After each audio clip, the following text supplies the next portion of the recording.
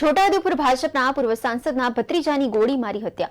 પૂર્વ સાંસદ રામસિંહ રાઠવાના ભત્રીજાની ગોળી મારી કરાઈ છે હત્યા. બે શખ્સો પૂર્વ સાંસદના ભત્રીજા પર ફાયરિંગ કરી થયા છે ફરાર. જૂની અદાલતમાં થયેલા ઝઘડાને કારણે હત્યા કરાઈ હોવાની આશંકા વ્યક્ત કરવામાં આવી છે.